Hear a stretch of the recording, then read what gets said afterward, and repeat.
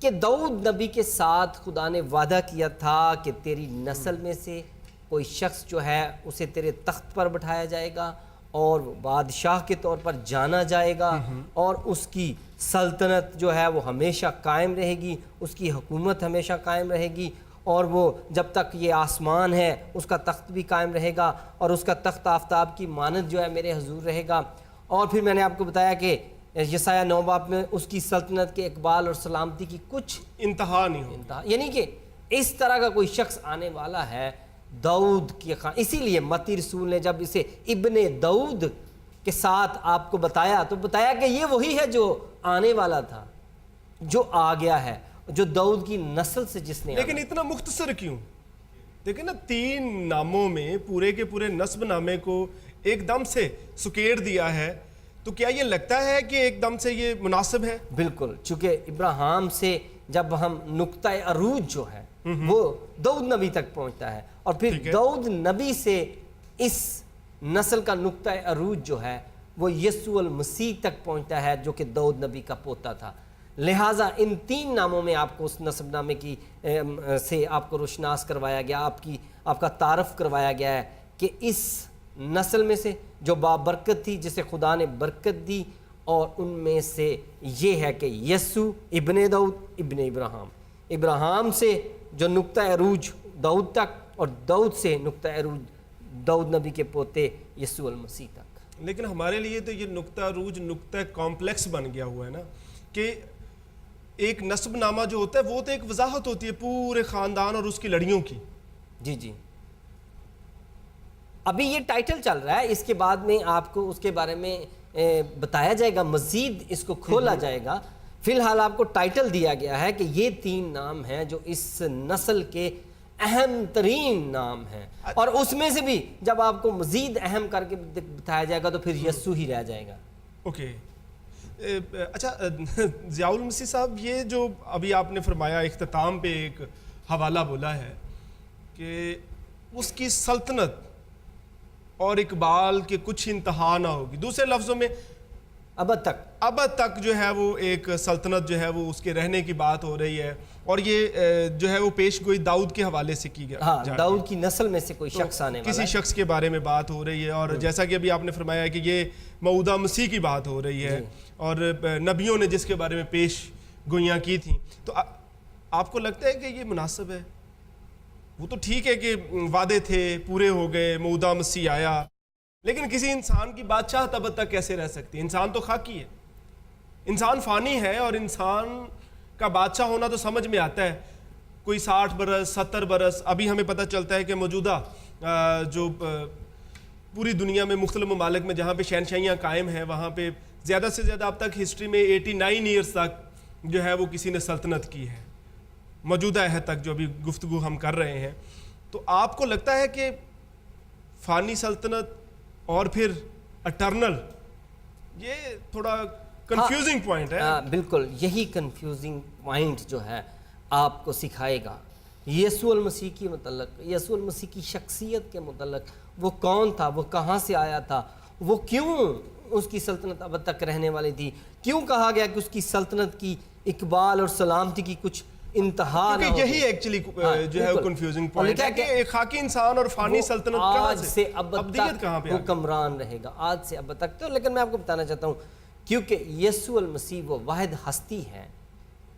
جس کو یہ مانا گیا ہے نہ صرف مسیحی مذہب میں بلکہ اور مذہب میں بھی کہ وہ زندہ اور جاوید ہے، آج بھی زندہ اور جاوید ہے، اور جب وہ ابد تک زندہ ہے تو پھر اس کی سلطنت بھی ابد تک قائم ہے۔ اور میں یسوع المسیح کے وہ الفاظ جو مکاشفہ 1 باب اس کی 17 سے 18 آیت میں جو یسوع نے یوحنا عارف سے فرمائے، میں وہ پڑھنا چاہوں گا آپ کے لیے۔ تو وہاں پہ لکھا ہے، میں اول اور آخر اور زندہ ہوں، میں مر گیا تھا اور دیکھ عبدالآباد زندہ رہوں گا، اور موت اور عالم ارواح کی کنجیاں میرے پاس ہیں۔ یسوع نے کہا کہ میں عبدالآباد زندہ ہوں، اور جب وہ داؤد کے تخت پر اسے فائز کیا گیا خدا یہوہ خدا کی طرف سے، بائبل کے خدا کی طرف سے تمام پیش گوئیوں کی تکمیل کے طور پر اسے داؤد کے خاندان میں سے لایا گیا، داؤد کے خاندان میں، اور پھر داؤد کے تخت پر اسے برہ جمع کیا گیا، اور پھر وہ ابد تک زندہ ہے، لہٰذا اس کی سلطنت بھی ابد تک قائم ہے۔ اور آج اسی یسوع المسیح کی حکومت پوری دنیا پر کے دلوں پر ہے، اور آپ دیکھ سکتے ہیں کہ کس طور سے یسوع جو ہے وہ دنیا پر کس طور سے یسوع کی حکومت جو ہے قائم ہے۔ آج آپ اپنے ہی پیسے اپنے بینک سے نہیں نکلوا سکتے جب تک آپ چیک پر سن عیسوی نہ لکھیں، یہ نہ لکھیں کہ آج یسوع المسیح کو پیدا ہوئے اتنے دن، اتنے مہینے اور اتنے سال ہو گئے ہیں۔ اور یہ ہے اس کا غلبہ، چونکہ وہ ایک ایسی شخصیت تھی جس نے تاریخ کو 2 حصوں میں بانٹ دیا۔ جب تاریخ نے یسوع المسیح سے ٹکر لی تو اس کے 2 ٹکڑے ہو گئے، زمانہ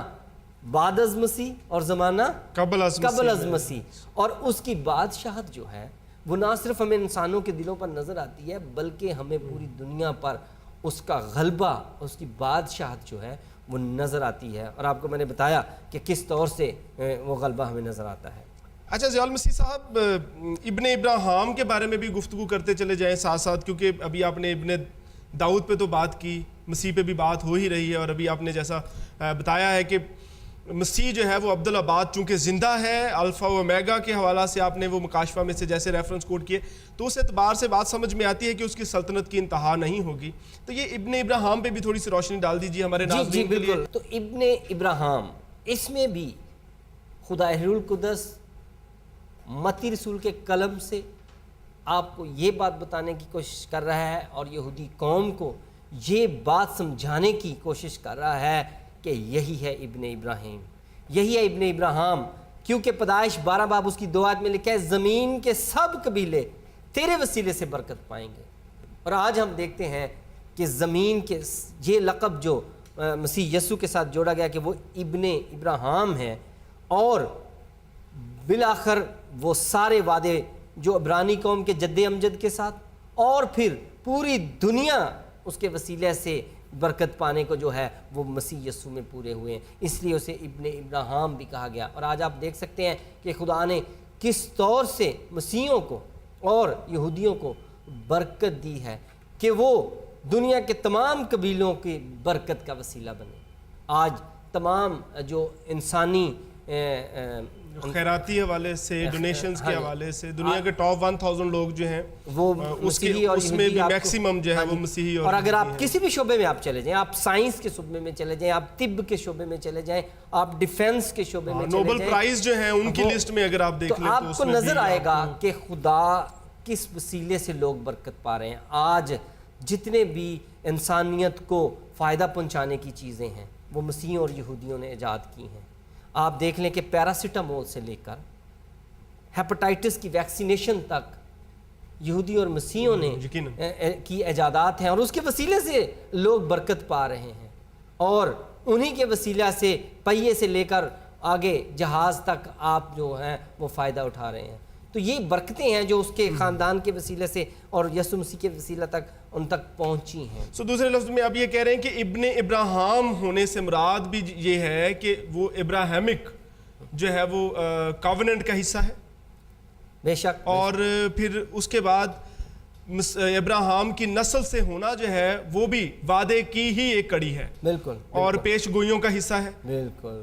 اور اگر اس اعتبار سے جو ہے وہ ابراہیم سے جو وعدے کیے گئے کہ جسے تو برکت دے گا اس سے میں برکت دوں گا، اور برکت کے فرزند ہونے کے اعتبار سے بھی جو ہے وہ کائنات کے لیے جو نجات کا وسیلہ بنا ہے، اس حوالے سے بھی وہ اس وعدے کا حصہ ہے۔ آپ دوسرے لفظ میں یہ کہنا چاہتے ہیں؟ بالکل بالکل، کہ اسی لیے متی رسول نے ابن داؤد ابن ابراہیم کے لفظ استعمال کیے۔ ایک جو بہت بڑا سوال اٹھایا جاتا ہے نسب ناموں کے حوالے سے ہی، دونوں اناجیل کا جب ہم موازنہ کرتے ہیں، متی رسول کے انجیلی بیان کا اور لوکا رسول کے انجیلی بیان کا، تو اس اعتبار سے جب ہم بات کرتے ہیں تو متی کے نے جو نسب نامہ بیان کیا اس میں 41 نام درج کیے ہیں، جبکہ لوکا نے جو اپنا انجیلی بیان میں نسب نامہ دیا اس میں 77 کے قریب جو ہے وہ نام ہے۔ تو 41 اور 77 ناموں کا یہ دیکھیں اتنا بڑا تضاد نئے عہد نامہ کی حقانیت پر سوالیہ نشان نہیں اٹھاتا؟ ہاں جی، بہت اچھا سوال ہے، اور بے شک ایک بائبل کے طالب علم کو اسے بھی سمجھنا چاہیے کہ آیا وہ نسب نامہ جو متی رسول کی مناسبت سے ہم تک پہنچا ہے، اور پھر وہ نسب نامہ جو لوکا 3 باب میں لوکا رسول کی معرفت ہم تک پہنچا ہے، اس میں ناموں کی تعداد میں فرق کیوں ہے؟ میں آپ کو بتانا چاہتا ہوں کہ ناموں کی تعداد جو ہے وہ کبھی بھی کسی بھی نسب نامے کی حقانیت اور سچائی کی دلیل نہیں ہوتی، بلکہ مصنف جو ہے جو لکھ رہا ہے اس کے مد نظر جو مقصد ہے اور جس قوم کو مخاطب کر رہا ہے اس کی ضرورت کے پیش نظر اسے کم یا زیادہ کیا جا سکتا ہے. جیسے کہ متی رسول کا پہلا باب اور اس کی متی کی انجیل اس کا پہلا باب، اس کی پہلی آیت بھی ایک نسب نامہ ہے کہ یسوع المسیح ابن داؤد ابن ابراہیم، 3 ناموں پر ایک نسب نامہ ہے. یقین جیسے ابھی آپ نے ابھی ہم اس پہ بڑی ہیڈ لائن کے طور پہ، لہٰذا ہیڈنگز کے طور پہ آپ یہ بھی کہہ سکتے ہیں جی یہاں 3 نام ہیں، اور پھر جب آگے ڈیٹیل آئی ہیں تو 41 نام جی ہیں. بالکل ایسے. تو دراصل آپ کو یہ سمجھنا چاہیے کہ یہ نسب نامہ جو ہے وہ ناموں کی تعداد سے اسے فرق نہیں پڑتا. دراصل دیکھیں کہ یہوہ خدا نے داؤد نبی کے خاندان میں سے ایک جسم تیار کیا جو مقدسہ مریم کے بطن سے لیا گیا، جیسا کہ عبرانیوں میں لکھا ہے، عبرانیوں 10 باب اس کی 5 آیت میں آپ کے لیے تلاوت کر رہا ہوں کہ تو نے قربانی اور نظر کو پسند نہ کیا بلکہ میرے لیے ایک بدن تیار کیا. ابراہیم نبی سے لے کر اگر یسوع المسیح تک اگر واقعی جامع نسب نامہ لکھا جائے اور باقاعدہ سارے خاندان کے تفصیلی جو ہے صرف مردوں کے ہی نام لکھے جائیں تو میں آپ کو بتاؤں کہ یہ نسب نامہ کروڑوں ناموں پر مشتمل ہوگا، کیونکہ اس دوران کروڑوں انسان اس نسل میں پیدا ہوئے، اور جب اس کو لکھا جائے گا تو پھر میں آپ کو بتاؤں کہ بائبل کے حجم کے برابر شاید 10 کتابیں جو ہیں وہ تو پھر نسب ناموں کی کتابیں بس وہی رہ جائے گا. لیکن آپ کو بتانا یہاں پر مقصود یہ ہے کہ آپ تو 41 نام کی بات کر رہے ہیں، سمجھیں کہ یہ جامع نسب نامہ نہیں ہے بلکہ یہ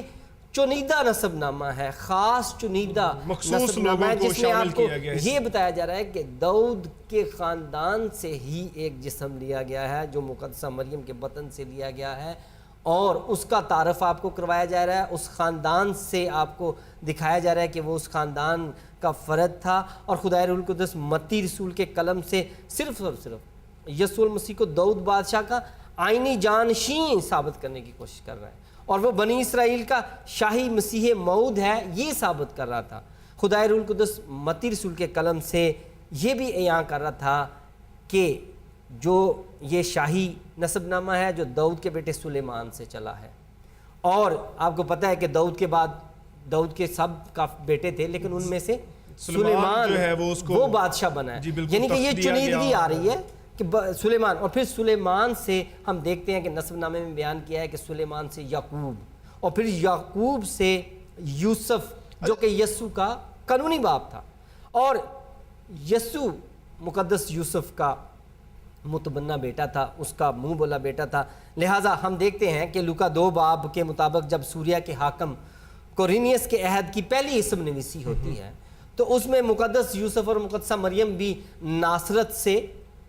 وہاں پہنچتے ہیں، بیت لحم کا سفر کرتے ہیں، اور وہاں پر لکھا ہے انہوں نے اپنے آپ کو بطور خاندان اپنے بیٹے کے ساتھ، اپنے پہلوٹے بیٹے کے ساتھ انہوں نے بطور خاندان اپنا اندراج کروایا. جب یوسف نے اپنا اندراج کروایا ہوگا خاندانی طور پہ تو اس نے بتایا ہوگا کہ میرا ایک بیٹا ہے جس کا نام یسوع ہے اور آپ دیکھیں بیوی مریم ہے. لہٰذا یسوع کا مقدس یوسف جو ہے وہ شرعی باپ یہاں پر ٹھہرا.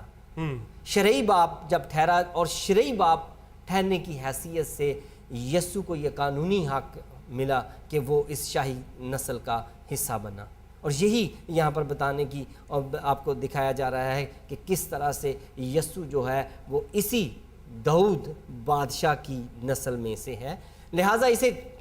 نام کم بھی کیے جا سکتے ہیں، نام زیادہ بھی کیے جا سکتے ہیں، لیکن بتانا مقصود یہی ہے کہ آپ اس بات کو سمجھیں کہ یسوع اس شاہی نسل کا فرد ہے.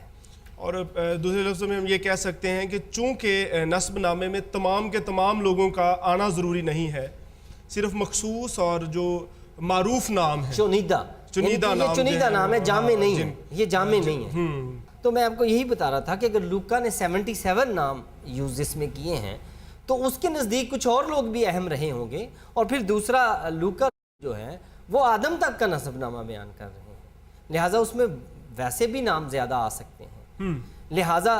یہاں سے ابراہیم سے بات شروع کی جا رہی ہے، وہ آدم تک آپ کو لے کے جا رہا ہے، لیکن اس نسل کے چنیدہ نام اور متی رسول کی خصوصیت یہ ہے کہ یہ آپ کو شاہی نسل کو فالو کر رہا ہے، جبکہ وہ خاندانی اور خونی نسل کو فالو کر رہا ہے لوکا۔ ویسے بھی اس میں بائی پروفیشن بھی بات ہو سکتی ہے کہ جیسے متی جو ہے وہ چونکہ ٹیکس کلیکٹر تھا اور زیادہ سنجیدہ حوالے سے ٹو دا پوائنٹ اور کورسپونڈنس کو روٹین میں ڈیل کرتا تھا، یہ طبیب تھا، تو اس اعتبار سے بھی جن کو اس نے زیادہ مناسب سمجھا، معروف سمجھا، وہ اس نے ان کو ڈیل کر دیا، اور اس کے نزدیک انتہائی معروف نام جو تھے وہ زیادہ اہمیت کے حامل تھے، اس لیے اس نے ان کو اس میں شامل کر دیا ہے۔ ضیاء المسیح صاحب، ابھی ہم نے جب گفتگو کی، ابھی آپ سوال کا جواب دے رہے تھے، تو آپ نے کہا کہ متی رسول جو ہے وہ فالو کر رہا تھا شاہی نسب نامے کے حوالے سے، اور اگر وہ شاہی نسب نامے کو جو ہے وہ فالو کر رہا تھا تو اس اعتبار سے تو یوسف کو بادشاہوں کی لڑی میں سے ہونا چاہیے اور یوسف کو بادشاہی ہونا چاہیے، تو کیا یوسف بادشاہ تھا؟ بائبل مقدس میں تو لکھا ہے کہ وہ بڑھئی تھا۔ ہاں، خوبصورت سوال ہے، آپ نے بہت اچھا پوائنٹ اٹھایا ہے کہ جب متی رسول جو تھے وہ اگر خدا روح القدس کی رہنمائی میں ہاں جی بالکل چنیدہ لسٹ بیان کر رہے ہیں جو اور شاہی نسب نامے کو فالو کر رہے ہیں، تو پھر یوسف کے بارے میں، لیکن آپ ضرور اس بات سے سیکھیں گے کہ دراصل یوسف جو تھا اس کے بار بار اسے بتایا جا رہا تھا کہ وہ داؤد کی نسل سے ہے، اور چونکہ داؤد کی نسل میں اب بادشاہی رہی نہیں تھی، بادشاہی ان کی نسل میں ابھی موجود نہیں تھی، ابھی آپ نے کہا کہ اس کی بادشاہی اب تک ہوگی، ابھی آپ یہ کہہ رہے ہیں کہ بادشاہی رہی نہیں تھی۔ یہ وہ وقت گزر رہا تھا جبکہ یہودی قوم کے پاس بادشاہت نہیں تھی، اور اسی لیے وہ ایک شخص کا انتظار کر رہے تھے جو داؤد کی نسل کے داؤد کے تخت پر بیٹھے گا، لہٰذا اگر بادشاہی اسی خاندان کے ہاتھ میں ہوتی تو یقیناً یوسف بادشاہ ہوتا۔ میں آپ کو بتاتا ہوں، بیت الحم میں مقدس یوسف کا آبائی گاؤں تھا، اور وہ ابن داؤد تھا۔ متی کی انجیل میں جب آپ دیکھتے ہیں کہ فرشتہ آیا ہے، اور جب وہ یہ سوچ رہا تھا کہ میری جو منگیتر مقدسہ مریم ہے میں اسے چپکے سے چھوڑ دوں، اور وہ خدا ترس انسان تھا، تو فرشتے نے آ کر اسے کیا کہا؟ فرشتے نے ایک خاص لقب اس کے لیے یوز کیا، اسے کہا آئے ابن داؤد، اسے کہا کہ تو داؤد کی نسل کا اہم فرد ہے، اور تو بہت اہم فرد ہے، اور تجھے میں یہ کہتا ہوں کہ اسے یاد کروایا کہ تو ابن داؤد ہے، اور تجھے پتہ ہے داؤد کے گھرانے کے ساتھ وعدے ہیں جس سے بنی اسرائیل قوم جو ہے عزت پانے والی ہے، اس لیے تو اپنی بیوی کو اپنے ہاں لے آ۔ اور پھر ہم لوکا کی انجیل میں دیکھتے ہیں کہ مقدس یوسف جو تھا، لکھا ہے کہ مقدس یوسف بھی داؤد کے شہر بیت الحم کو گیا۔ کیوں وہ داؤد کے شہر بیت الحم کو گیا؟ کیونکہ وہ اس کا آبائی گاؤں تھا، اس کا داؤد کا جو بیت الحم تھا وہ اس کا آبائی گاؤں تھا۔ جب داؤد کے شہر میں وہ گیا ہے تو اس لیے یہ بھی بات آپ کو بار بار بتائی جا رہی ہے کہ یہ داؤد کی نسل کا اہم فرد ہے یوسف، مقدس یوسف کے بارے میں آپ کو بات۔ اور بیت الحم کے نزدیک جن چراگاہوں میں اس وقت چرواہے جو تھے وہ بھیڑیں چرا رہے تھے، بالکل اسی جگہ پر داؤد نبی بھی اپنی بھیڑیں چرایا کرتا تھا، اور وہ بڑی اہم چراگاہ کرتا تھا، اور وہ جو چرواہے تھے وہ بھی عام چرواہے نہیں تھے، بلکہ وہ ہیکل کے جو جانور وہ ہیکل میں قربان کیے جاتے تھے ان کو وہاں پر چروا رہے تھے۔ اب دیکھیں، اب میں آپ کو خاص نقطے کی طرف لا رہا ہوں کہ ان کے پاس فرشتہ آیا، فرشتوں کا ایک گروہ آیا۔ اچھا، یہ نارمل چرواہے نہیں تھے؟ نارمل چرواہے نہیں تھے، بلکہ ہیکل کے یہ ملازم تھے۔ تو وہ چرواہے جو تھے اس خاص میدان میں بھیڑ بکریوں کو جب چروا رہے تھے تو وہ بھی اہم لوگ تھے، اور میں نے آپ کو بتایا کہ وہ ہیکل میں قربانی کے طور پر پیش کی جانے والے جانور تھے ان کو چرا رہے تھے، اور وہ میں سمجھتا ہوں کہ وہ بھی داؤد کے خاندان کے لوگ تھے، اور کیونکہ انہیں جب ایک نشانی بتائی گئی خاص طور پر لوکا کی انجیل میں، تو میں آپ کے لیے وہ نشانی پڑھنا چاہتا ہوں، تو بڑی اہم ہوگی، اور وہاں پہ لکھا ہے اور اس کا تمہارے لیے یہ نشان ہے کہ تم ایک بچے کو کپڑے میں لپٹا اور چرنی میں پڑا ہوا پاؤ گے۔ اور آگے جا کر جب وہ وہاں پر پہنچے ہیں تو پھر وہاں پر لکھا ہے کہ انہوں نے مریم اور یوسف کو دیکھا اور اس بچے کو چرنی میں پڑا ہوا دیکھا. اور یہاں پر 2 دفعہ ہم دیکھتے ہیں کہ انہوں نے اس بات کا ذکر کیا ہے کہ چرنی میں پڑا ہوا دیکھا اور کپڑے میں لپٹا ہوا. تو کوئی یہاں پر ایک خاص بات آپ کو بتانے کی کوشش کی جا رہی ہے. تو ہمیں روایات سے پتہ چلتا ہے، خاص طور پر کیتھولک روایات میں، کہ وہ کپڑا دراصل اہم تھا جس میں یسوع کو لپیٹا گیا تھا. وہ سویڈنگ کلاتھ، اس سویڈنگ کلاتھ کے نام سے اسے جانا جاتا ہے. تو سویڈنگ کلاتھ جو ہے وہ دراصل ایک پٹی سی ہوتی ہے، جیسے کہ آج بھی ہمارے جو پٹھان قبیلے کے لوگ ہیں، فرنٹیئر کے لوگ ہیں، وہ اپنے بچوں کو ایک پٹی میں لپیٹتے ہیں اور اس سے بچے کو احساس ہوتا ہے کسی نے مجھے پکڑا ہوا ہے. اس کی مختلف توجیحات وہ بیان کرتے ہیں. لیکن کہنے کی بات یہ ہے کہ جب چرواہوں کو، جو کہ خاص چرواہے تھے، خاص میدان میں تھے، داؤد کے شہر میں تھے، اور ان کو بار بار یہ ریمائنڈ کروایا جا رہا تھا، تو ان کو یہ بھی بتایا گیا کہ تم اس بچے کو چرنی میں پڑا اور کپڑے میں لپٹا ہوا. تو وہ کپڑا ایک خاص تھا. دراصل وہ کپڑا اس لحاظ سے خاص تھا کہ اس کپڑے کو دیکھتے ہی انہیں یہ پتہ چل جانا تھا کہ یہ بچہ شاہی خاندان کا ہے. اس کا کوئی خاص رنگ تھا؟ خاص رنگ تھا. اور اگر آپ روایات میں دیکھیں، جو میں نے آپ کو بتایا کہ کیتھولک روایات میں آتا ہے کہ جو رائل کلر تھا وہ وائٹ اینڈ بلیو تھا، جو کہ آج اسرائیل کے جھنڈے کا بھی رنگ ہے. وہی رائل کلر تھا، اس لیے اسے رائل بلیو بھی کہا جاتا ہے. تو رائل بلیو اور وائٹ جو تھا، اور یقیناً وہ جو پٹی تھی جس میں وہ جو سویڈلنگ کلاتھ تھا جس میں یسوع مسیح کو لپیٹا گیا تھا، اس کا رنگ ہم ایسا سوچتے ہیں کہ اس کا رنگ ضرور وائٹ اور بلیو ہوگا. اور اس کے اوپر جو ایمبرائڈری کی گئی ہوگی وہ مقدسہ مریم نے ضرور ہی اپنے قبیلے کی مناسبت سے، یہودا کے قبیلے کی مناسبت سے، لائن، لیمب اور دا ٹری آف لائف، انہی چیزوں کو مد نظر رکھتے ہوئے، لہٰذا اسے اگر کوئی اس قبیلے کا شخص، اس خاندان کا اسے دیکھے گا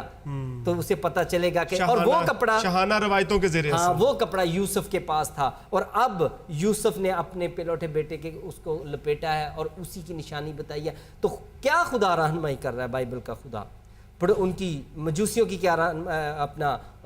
چرواہوں کی کیا رہنمائی کر رہا ہے کہ یہ ہی بچہ ہے جو پیدا ہو گیا. اور اب یوسف چونکہ داؤد کے شاہی خاندان سے ہے، اور اب یہ بچہ